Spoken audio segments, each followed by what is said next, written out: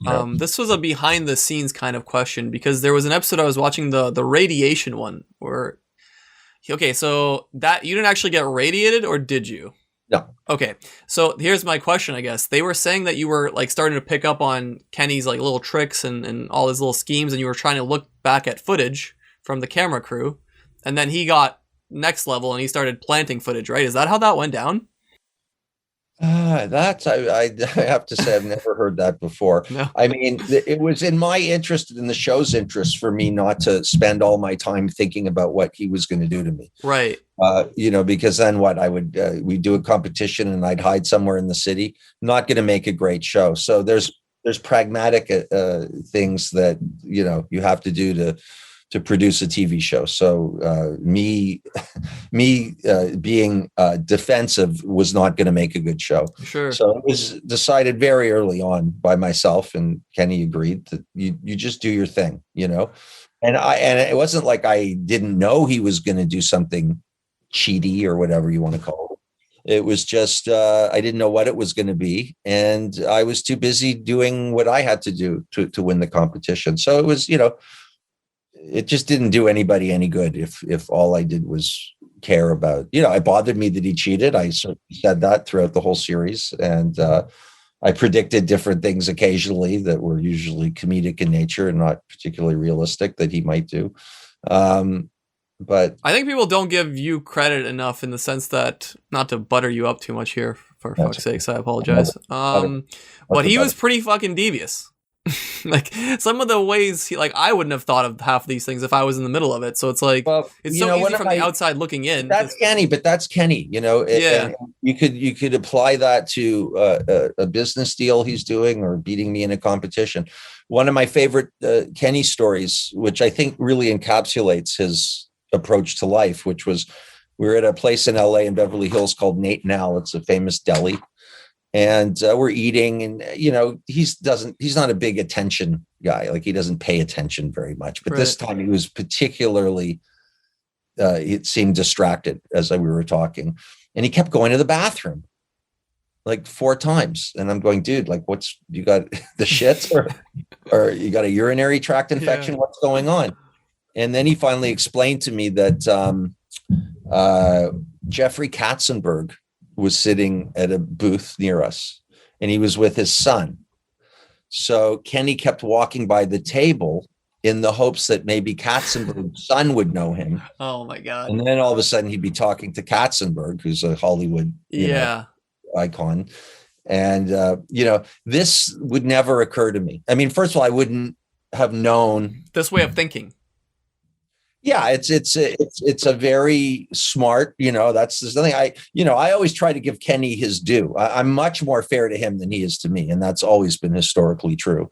In fact, the only times he says nice things about me is it whispers in my ear when he's really, really hammered, which is maybe 3 times in his life. But, so he's playing a character like most of the time. I think most people can. No, it's not a character, man. No, I mean, like, he's putting on the negativity always around. Like, he's upping it. I mean, that's true. That's true. He's much more concerned with how he's seen than I am. Obviously, I have no shame, and I believe that I'm a reverse heel is the only thing I can call myself. Where at one time, maybe the 50s, eating your vitamins and, like Hulk Hogan, saying your prayers and, doing the right thing was cool. And then the Attitude Era hit in wrestling, and the bad guys became the good guys. So to me, like, I'll do stuff like, I'll go on my social media and I'll find a video on YouTube of some lady folding a fitted sheet, which is a very complex thing to do if you ever do it. And I'll post that knowing it's just going to these people who think they're so cool. To me, nothing is less cool than trying to be cool. Sure. That's where I come from. Right. So, but that's just my opinion, and it's a very diverse world out there. So, but that's it.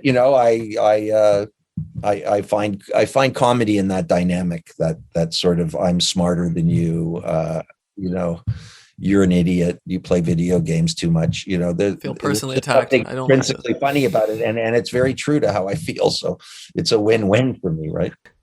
Yeah, that's fair. Believe it or not, we've already got 50 minutes. You're working on some content. Anything you want to plug, promote? Well, I can't really say what the show's coming, but it's going to be, that's why the green screen's up. I'm starting to shoot some stuff, the next day or two. Kenny and I will hopefully hit the road again. One thing that we're really excited about is, when gigs start up again, we're going to, take the 5 years of material that we've worked on. You constantly have to write new material when you're on the road because you can't play Edmonton with the same show you did the year before. So we're going to sort of do a best of all of our life performing and film it. Awesome. Most of the time you see us online, it's somebody in the audience with a fucking phone. True. But so those videos get so many views. Yeah, that's brilliant. I know, but wait till we're going to do a real one with cameras and, be slickly produced. And so it's almost like a comedy special, but it's in your own way of doing it. Yeah. Awesome. Very, very independent, and we'll figure out how to make money with it. But it'll be a nice sort of time capsule for us because, we've been doing these live shows and there really isn't any decent video of any of it. Yeah, no, there isn't. Little phone things of me sticking my finger up some guy's ass.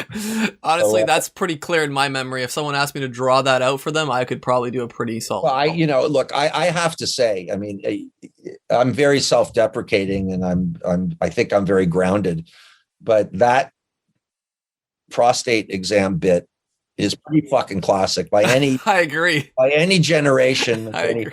I mean, it's perfect, right? Because he thinks I'm being humiliated, and I think I'm doing a cancer public service, a public service.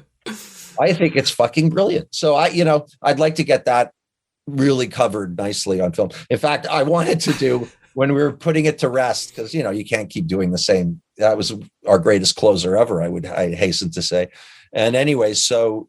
That I thought when I did the last one, I wanted like Mounties to come out with the rubber glove, like it was an event, traditional like ceremony circumstance for the final prostate exam. But I'm sure I'll be doing it again for the. I mean, that also speaks about your fans. I mean, fans will be ruthless, but then you realize that you guys are the actual weirdos that are like enjoying all of this. Well, the funny thing about that was when we decided. When like Kenny would always pitch me ideas. And then when I say yes to something that he knows is, oh my God, first of all, I can't believe he wants to do it. Second of all, it's going to be fucking phenomenal. So then it became, okay, well, Spenny's willing to do this, but will we ever get some guy in the audience to come up and let me? The truth is, all but one. Really? Yeah. Every time we found, sometimes it took 5 minutes to get someone to, get the crowd going. Come on, somebody. And it's mind blowing. That's crazy. It's, and I don't think it's and I tell them it's no big deal. I don't think it's a big deal or anything. I'm not uptight that way, but the world is pretty uptight. And I thought for sure, great bit, but it's never going to happen. It makes sense for you. It makes sense for your fans. But if you like took that out of the equation and just show that to like a random person on the street, you're like, wait, what? Someone actually wanted to get fingered by this guy. Yeah. Again, I don't like calling fingered. I like exam. Okay. Fair.